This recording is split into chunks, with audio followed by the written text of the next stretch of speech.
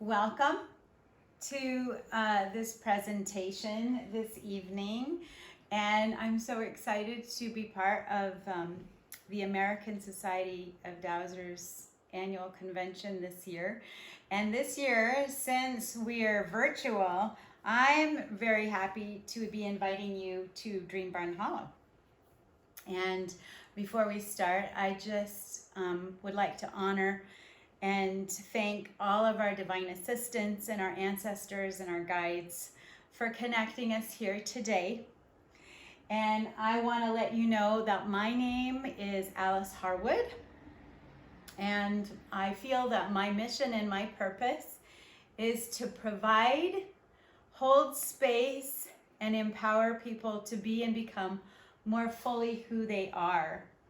And so in this presentation, as you guys have questions, I do invite you to ask questions. I invite you to think about what it is that's being presented this evening, because all of us have the capacity to access divine information. And I am reclaiming the word divining. I'm not using the word dowsing, because I do believe that divining is one way that we activate our source connection. So my presentation is called Your Synchronized Sovereign Self, Becoming Aware of Energetic Impacts and Divining Priorities for Optimal Experience.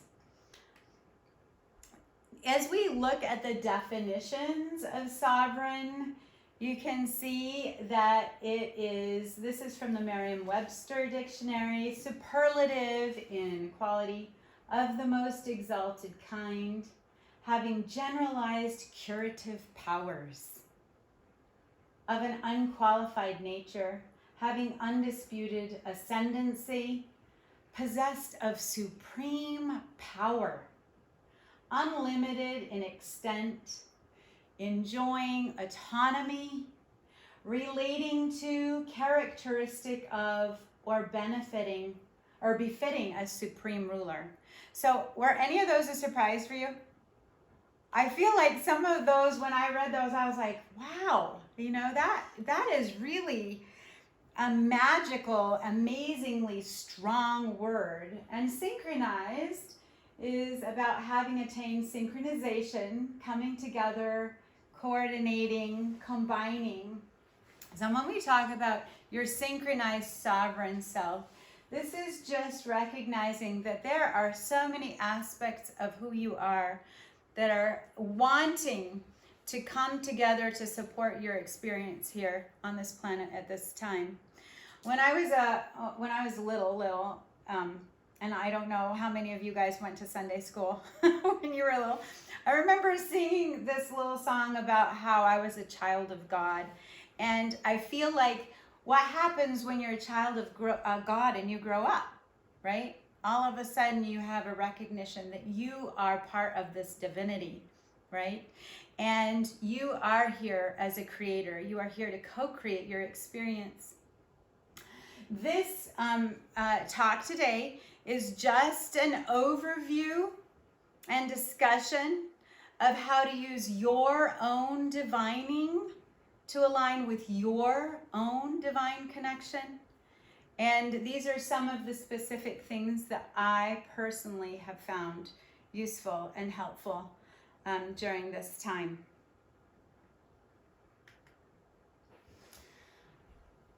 Two things that have really worked to strengthen my own personal source connection are coherence, heart coherence, and divining.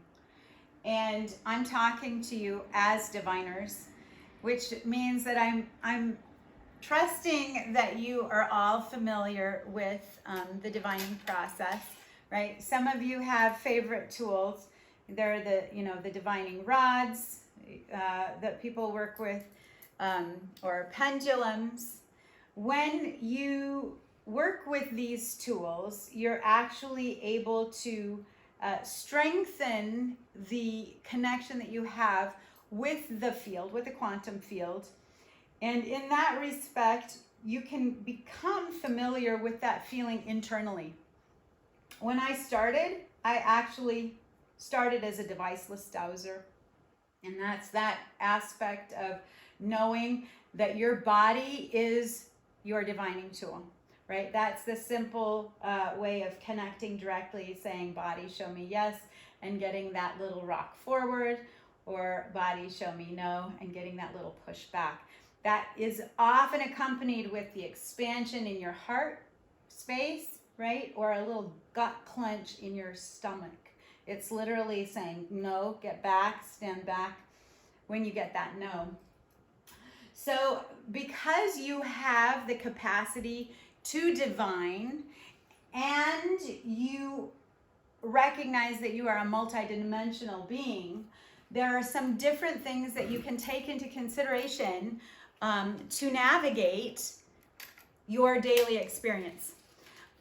And this is where heart math, of course, actually is the one that brought the domains of resilience, and they're very clear about the 4 pieces of your experience here that can be aligned to create coherence. So you have your the physical domain, which is about having physical flexibility, endurance, and strength.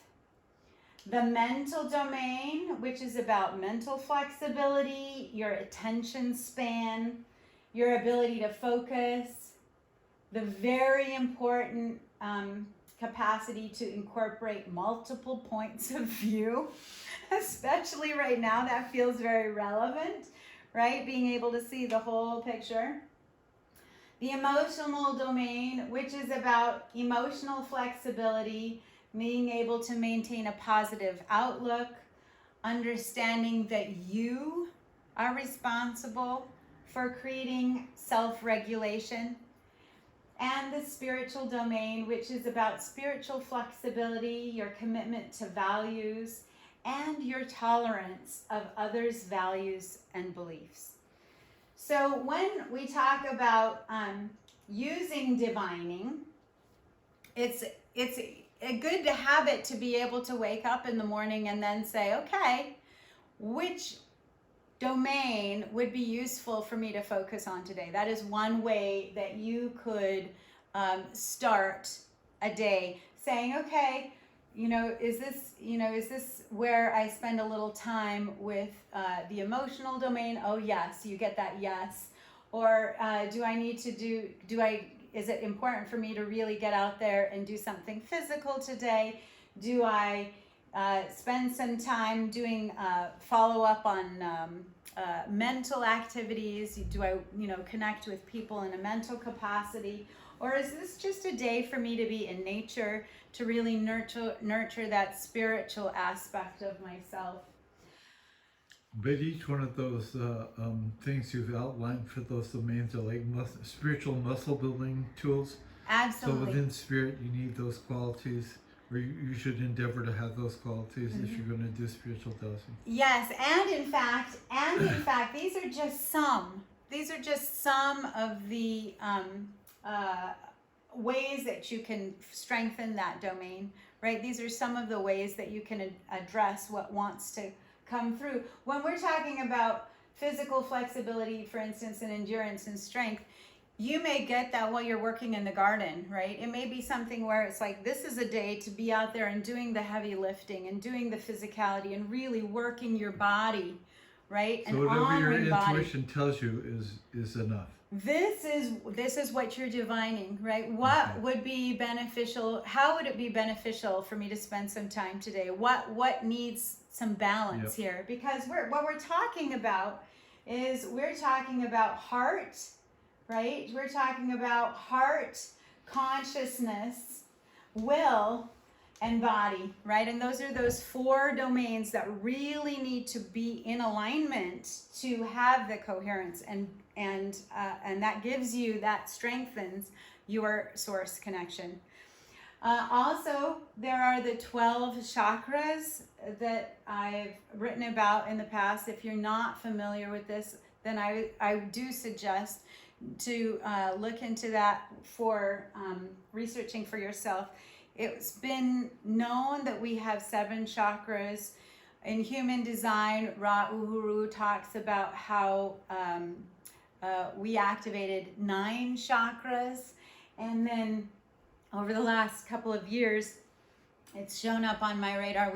We do have 12 chakras within our body, and again, this is a way that you can say, okay, well, which of these chakras do I, would it be beneficial for me to work with? Is there a need for me to address anything with these chakras today, for instance? And so just very briefly, they also correlate with colors, with the astrological signs, with toning. There's ways that you can tone to strengthen all of these. And so let me just go over them quickly. So you have the root chakra, then you have your purpose, which is about 2 inches underneath your belly button, right? You have your sacral chakra, you have your solar plexus, you have your heart, you have your high heart. High heart is activated when your heart gets broken. Very important to recognize that the heartbreak that we're feeling right now and the amount of grief that has been being processed has been actually a key component to activating high heart in every individual. And once high heart has been activated, then low throat can be activated. And low throat is about being able to speak your truth with compassion. This is the part of knowing that your source self has a voice and is not afraid to speak truth. Then we have throat. Then we have actually identity, right? Identity is the component right here. So identity and purpose work together right now. Knowing who you are is key to being able to align and bring your divine self into this human experience. And your third eye, very important for imaging and visualization. Then you have your crown and your angel chakras as well. I think we covered all of those. Are there questions at this point? You guys have questions? Not yet? Okay. I do. You do? Go. Please ask. I also have questions. That's great. So you can do divining for anything. Yes. You can do divining for, I've got a pain in my heart chakra, or and you can ask questions and you can use it as a kind of a personal guide. Absolutely.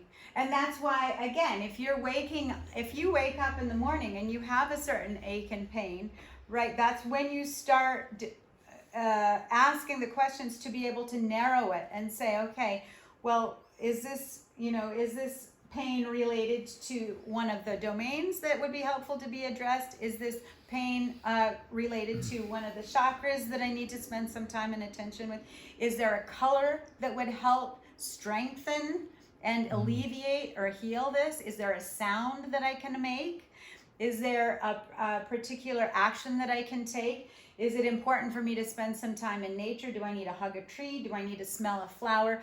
All of those questions, the more that you can ask those questions and really start honoring the answers that you get and following through on them, then the more your body will trust that you're going to take care of it. Because our body is the vehicle for navigating this experience so that, in fact, consciousness can work with will, right, through heart. But everything has to be framed in yes or no questions. When you get to the point where your alignment is so strong, the information can come through. Oh, that telepathically. Absolutely, you can get information and it will come right through in complete sentences, which is what happens for me at this point when I have the big voice come through. It comes through very clearly because I spent so much time trusting the yes-no answers and acting on them even when it seemingly made no sense at all, right? Taking those action steps, even if it says, drive through this road today, or step outside of your car and take 3 deep breaths, or whatever it is, the information that comes through, honoring that and doing that. It sounds very strange, And this is that part where at this point we're honoring the information that we get so that we can get more. And when you are using all of the senses that you have, that's when you're going to start getting more access to the senses that are just coming online. Your clairaudience, your clairvoyance, your clairsentience, your claircognizance, all of the clairs. Okay? Yep. Does that make sense? Yep. All right. Thanks. I got a question Yes. on questions. Sure. So you say, you know, oh, should I go hug a tree today? I wouldn't think of asking that question. So where do you get the questions to ask? All right. Perfect. First of all, I never should on myself. So I will never start a question with should I. I might ask, is it beneficial for me to? Or is it in the interest of? Many diviners, when they start, ask the can I, may I, should I question. I trust that if it's showing up on my radar, then I automatically have permission. So this is that part where you are starting very simply with the yes, no questions, right? And when you come in and you say, okay, I've got something that I need to pay attention to as I'm waking up. Will it be beneficial for me to spend some time on the physical aspect today? No. Okay, so is it emotional? Yes. So there's a start, and from there you can narrow things down. Okay, is this an emotion that's impacting me currently? Yes. Okay, is this an impact that's related to work? No. Is this related to family? Yes.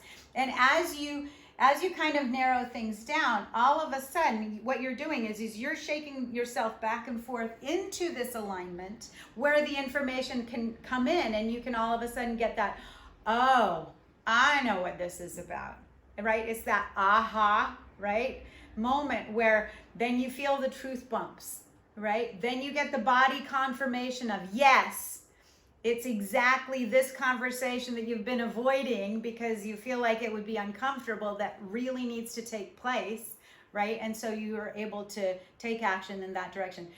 As you work with questions, you will find that more and more the correct wording will happen. And again, it's like a muscle. You know, you've got to practice that. You've got to use it so that it becomes easier.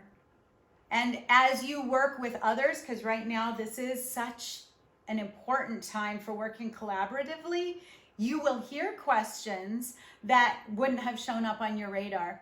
One example is stationing a big stone on this property. And we had 3 diviners here and got 3 different responses. And as it turns out, there were 3 different questions, right? The first question was, okay, Rock, where do you want to be positioned? And the second one was along the lines of,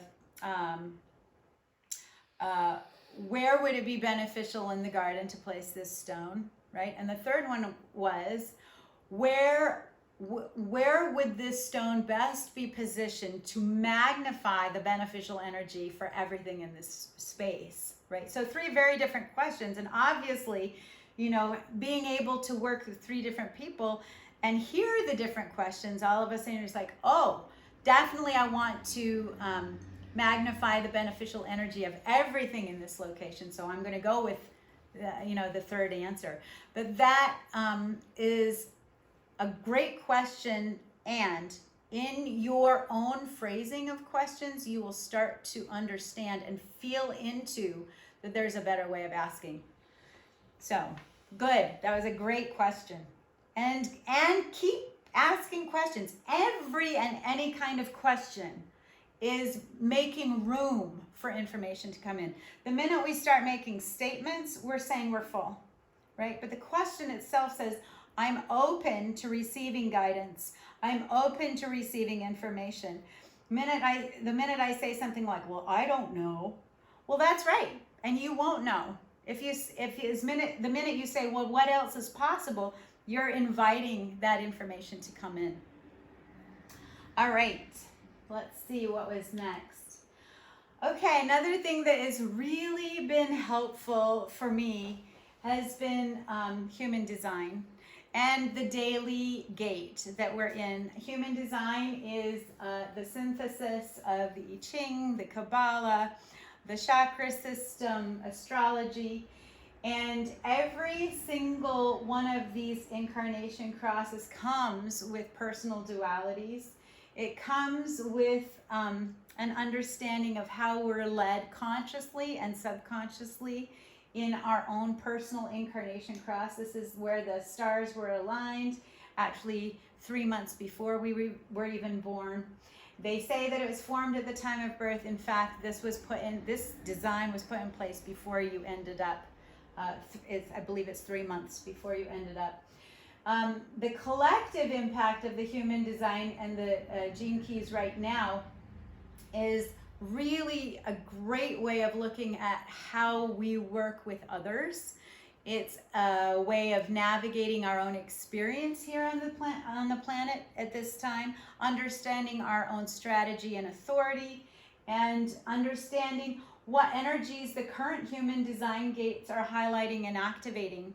Right now we're in a different gate, and they change. Every gate changes every 6 days, and every single line of every single gate has its own energy and frequency that highlights the shadow and the gift and the CD.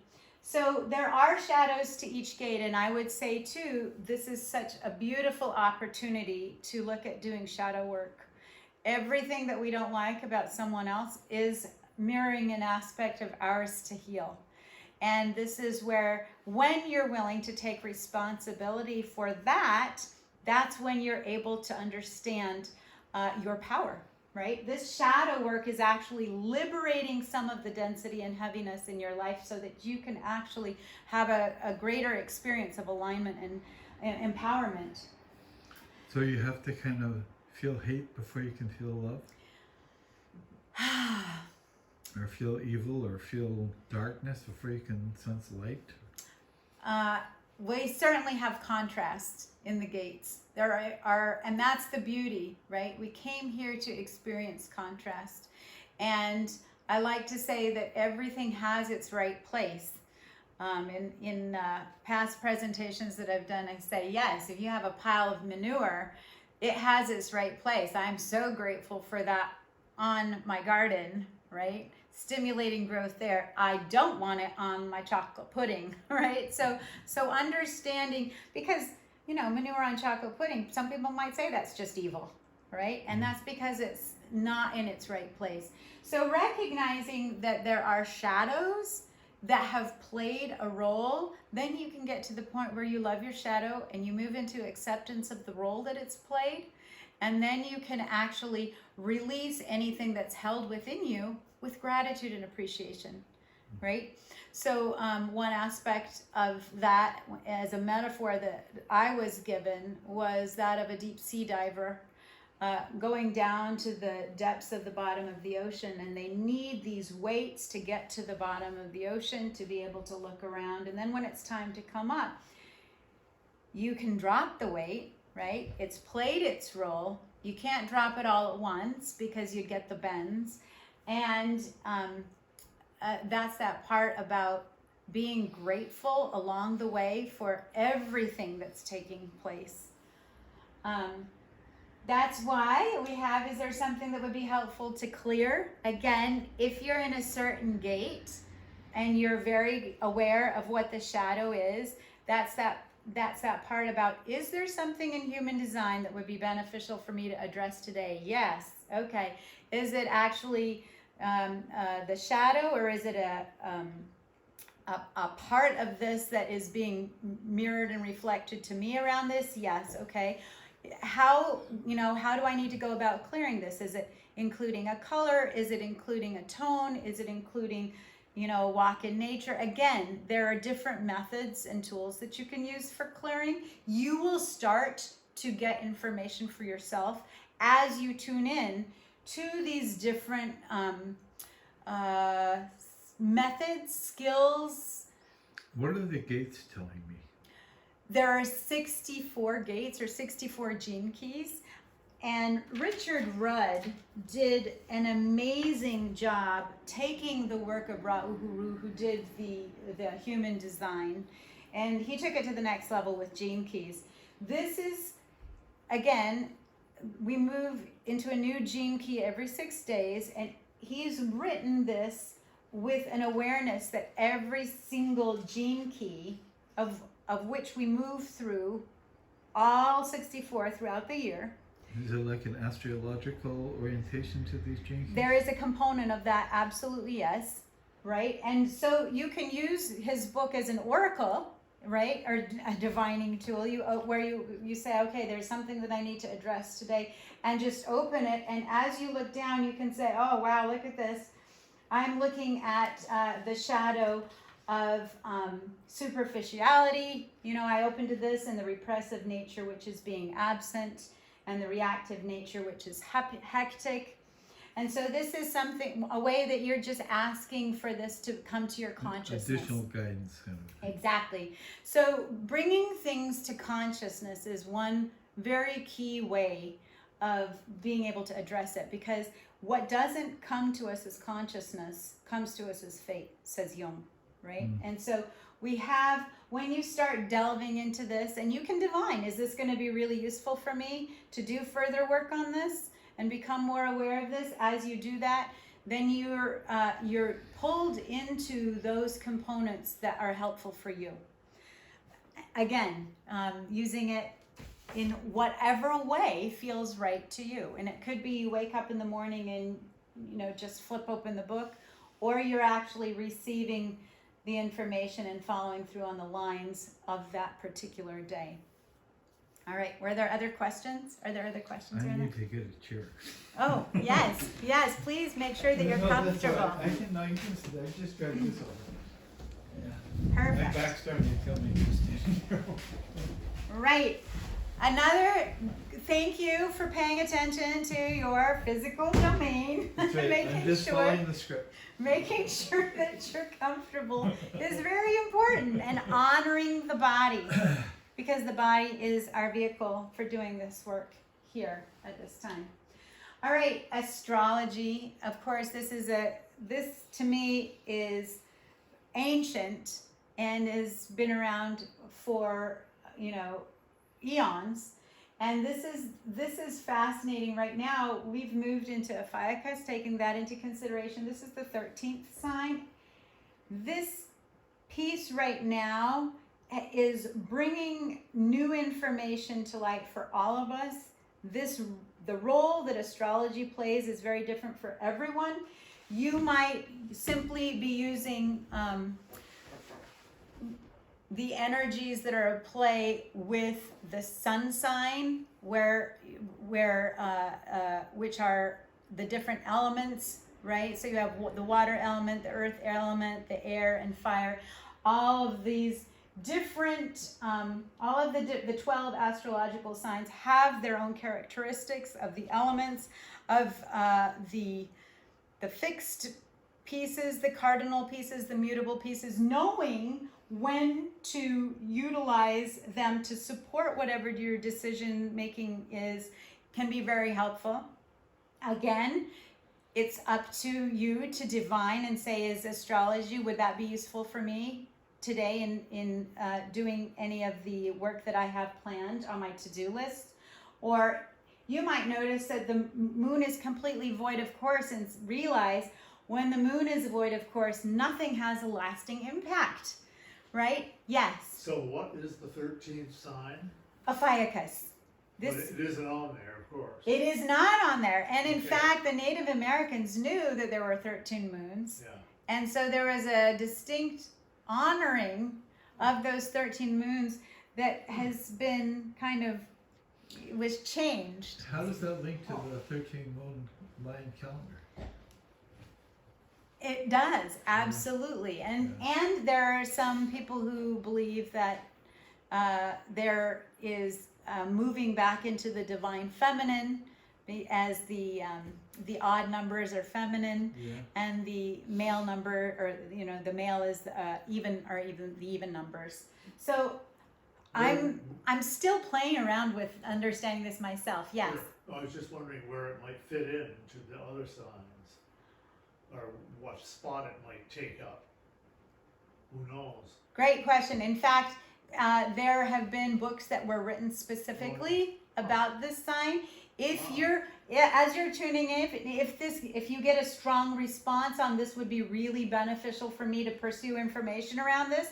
That's an example of trusting the guidance that you're getting to say, I need to find out more about this. Again, this is a bit of an overview of so much that in fact, we could spend an entire day talking just about this, right? Or just about the void of course moon, which, if you're not familiar, this is one piece that I can say is very important. This is when the moon is in between signs, and in fact, any action that's taken really may not have any lasting effect.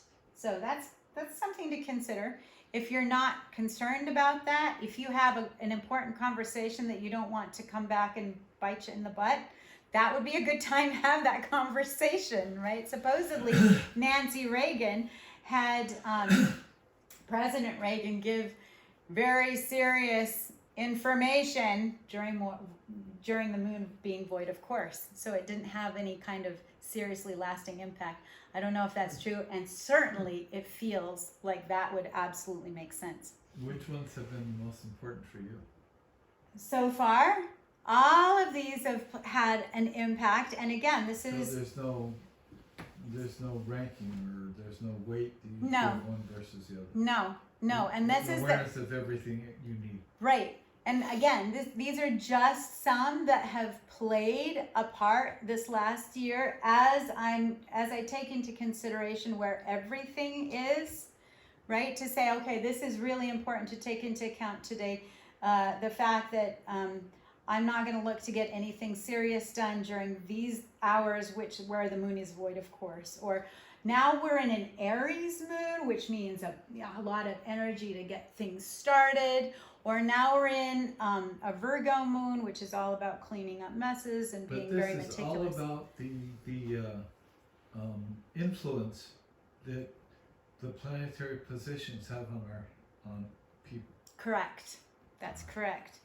And recognizing, when you recognize that you're being impacted at that level, utilize that energy, right? Why not tap into that and actually align with it in a way that you're not, trying to paddle upstream, right? So again, your divining will give you some guidance of how to maximize that.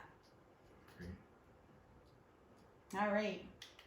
Biodynamics. This is yes, Rudolf Steiner, who's so absolutely ahead of his time in so many ways.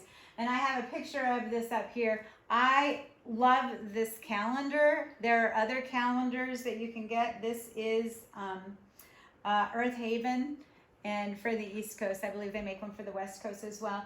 And when we talk about biodynamics, this is just one component of how I've incorporated this.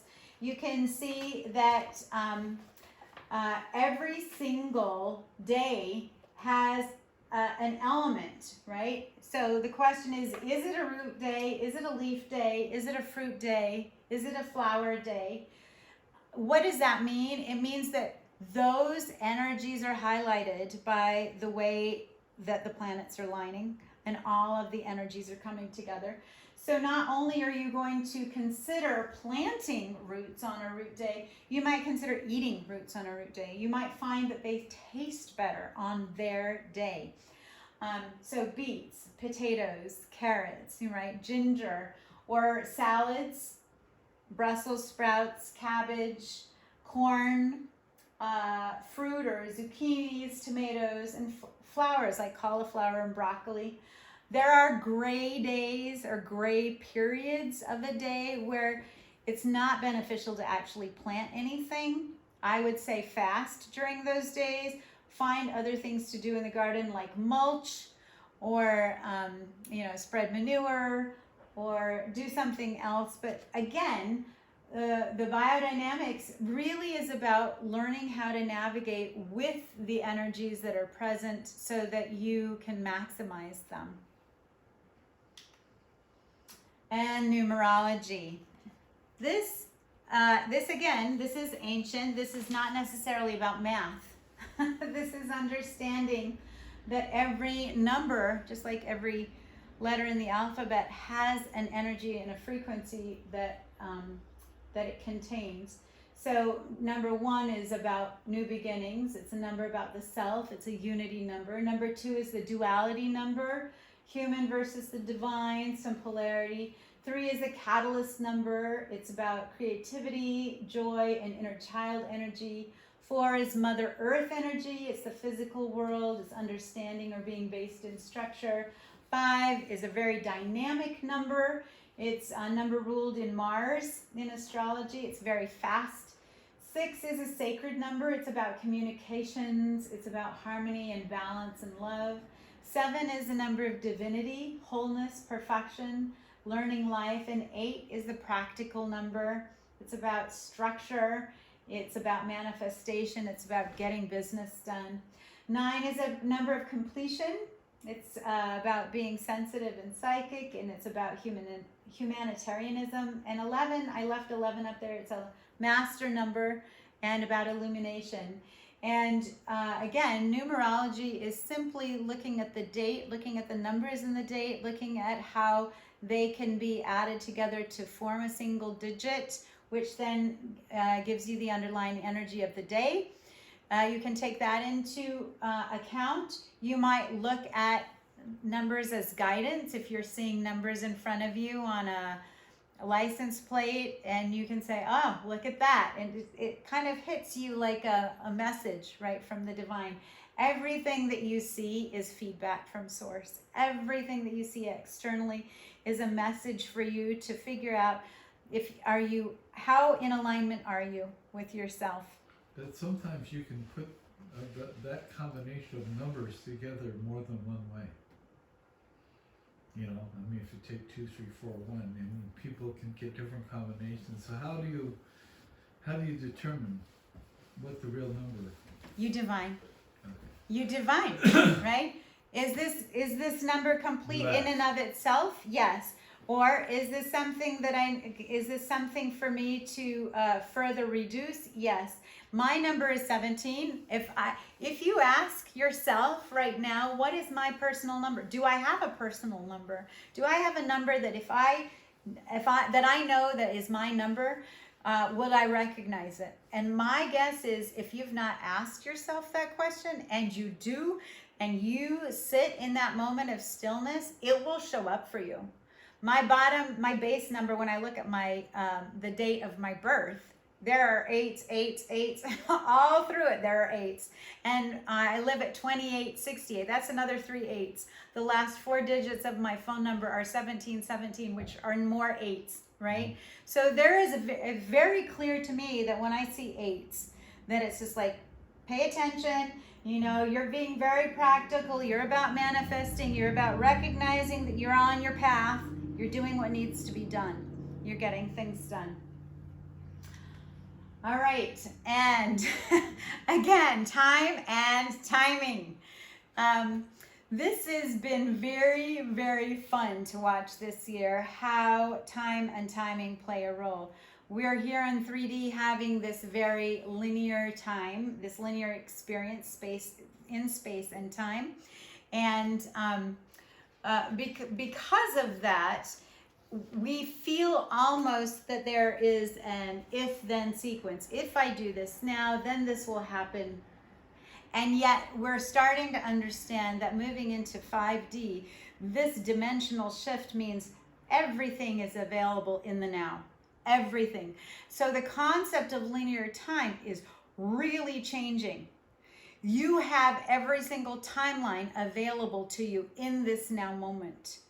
What does this mean for divining? It means that you may ask a question, and again, it may be that you can clarify for yourself for me, it's always asking, if I don't get an answer immediately as I'm divining, I can say, is this a timing issue? And I'll get a yes. And so I realize, okay, when you're talking to your rods and you say, or you're looking with your rods, and is this a timing issue? Then mine will do a wishy-washy thing. It's kind of like saying, I'm not ready to give you an answer yet, right? So this is really an opportunity to say, okay, I'm gonna look at something else because this specific thing is not going to be addressed right in this moment. This is not for this moment. So every question you ask doesn't always give you an immediate answer. Right. And or there is a better time to be asking it. Yes. It could be that you're phrasing it. However, I feel like at this point, it is a helpful question to ask, is this a timing issue? Because once you ask that, and if you get a firm yes response on that, just put it to the side, right? Other things that are happening right now is timelines are moving and shifting and merging, and people are really noticing timeline glitches. The linear time is not straightforward anymore, and people are. I've had some stories from friends. There are two that happened just this last week that I find very entertaining, and one is that. My friend went into the spice drawer. She was looking for basil. She couldn't find basil, but there were 2 jars of dill, right? And the next night, so, she made this little mental note to put basil on the shopping list. And the next night, her husband was cooking dinner, and he said, well, do we have any dill? And she said, yeah, we have dill. We just need to remember to get basil. And he said, no, we have 2 jars of basil right here. I just can't find the dill. So there's something that is definitely funny about having these experiences that are almost simultaneously and overlapping, whether or not it's 2 timelines that are kind of merging and coming together, or whether we're jumping from one to the other. This is that part where you could easily think that you're losing your mind. However, this is a component of moving from 3D to 4D and 5D. When you have the sense that, and I think we've all experienced this, when time has slowed Yes. and time has sped up, is that? It's all part of it, and Einstein addressed that too.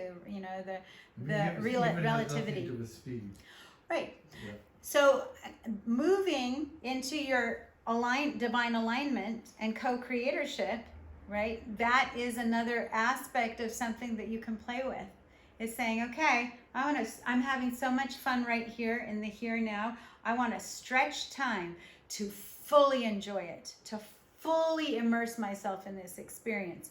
And I remember doing this as a young child. It's very interesting, being on the bus and saying, oh my gosh, I want to close my eyes and be home and not have to sit through this hour-and-a-half bus ride, right? And then just realizing, oh, I open my eyes and then I'm home, right? So being able to collapse time or stretch time as needed is really helpful, especially if you decide you're running late, but then you're like, wait, I work with divine and perfect timing and arrive at work 5 minutes early.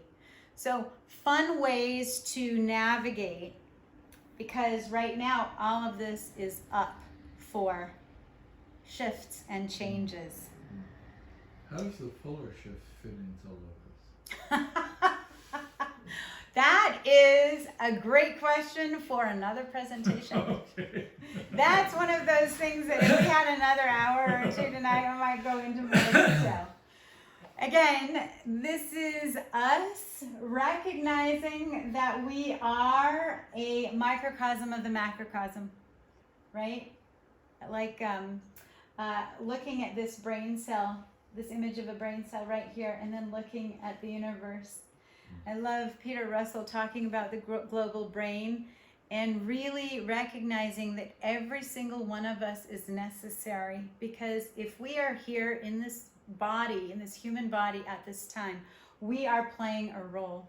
And we are playing a role, bringing ourselves into coherence and bringing that divinity through to really play our part fully on the planet at this time.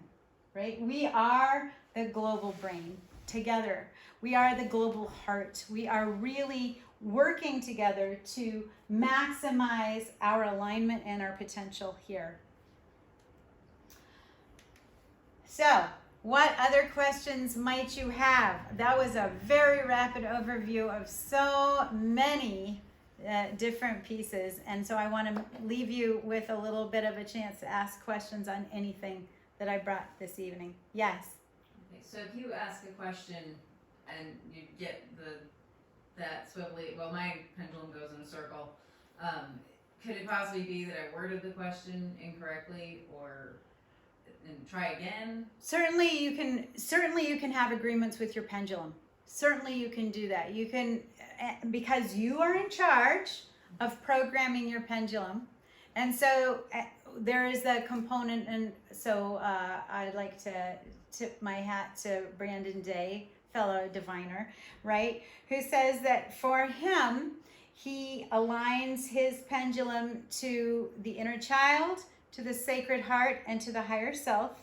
And once he has full connection of those three components, he knows that when it is moving in a counterclockwise position, that things are harmonious.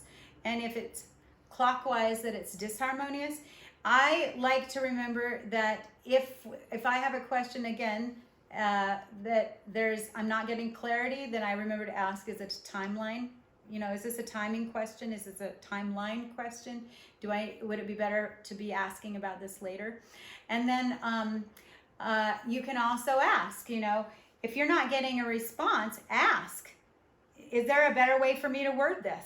And immediately you're going to get some kind of response, right? So getting to the point where you are refining your question based on the response of your pendulum or your rods, or feeling it in your body. When you get the question right, you'll feel it. It runs through your truth center, and you will get the truth bumps, and you'll say, oh, I got it. You know, like Einstein said, if I had an hour to solve a problem, I would spend 55 minutes refining my question, or, you know, to answer a question. 55 minutes. Because once you ask that question correctly, the answer is inherent, right? So that is a really good point. And so that's part of the communication that you have, right? Am I asking the right question? What the heck's going on? I'm not getting any kind of clarity here, right? It's like, it's a timeline issue. It's a timing issue. You know, whatever else needs to come through can come through. Yeah, great. Any other questions? Well, thank you guys so much for being here today. I'm really glad again for the energy and attention that and the time that you've spent with me. And I really do trust that you'll either be able to connect with further questions at some point, or that you'll be able to take this information and make it useful somehow in your own lives. Thanks. Thank you, Dan. When somebody whistle, I can't do it.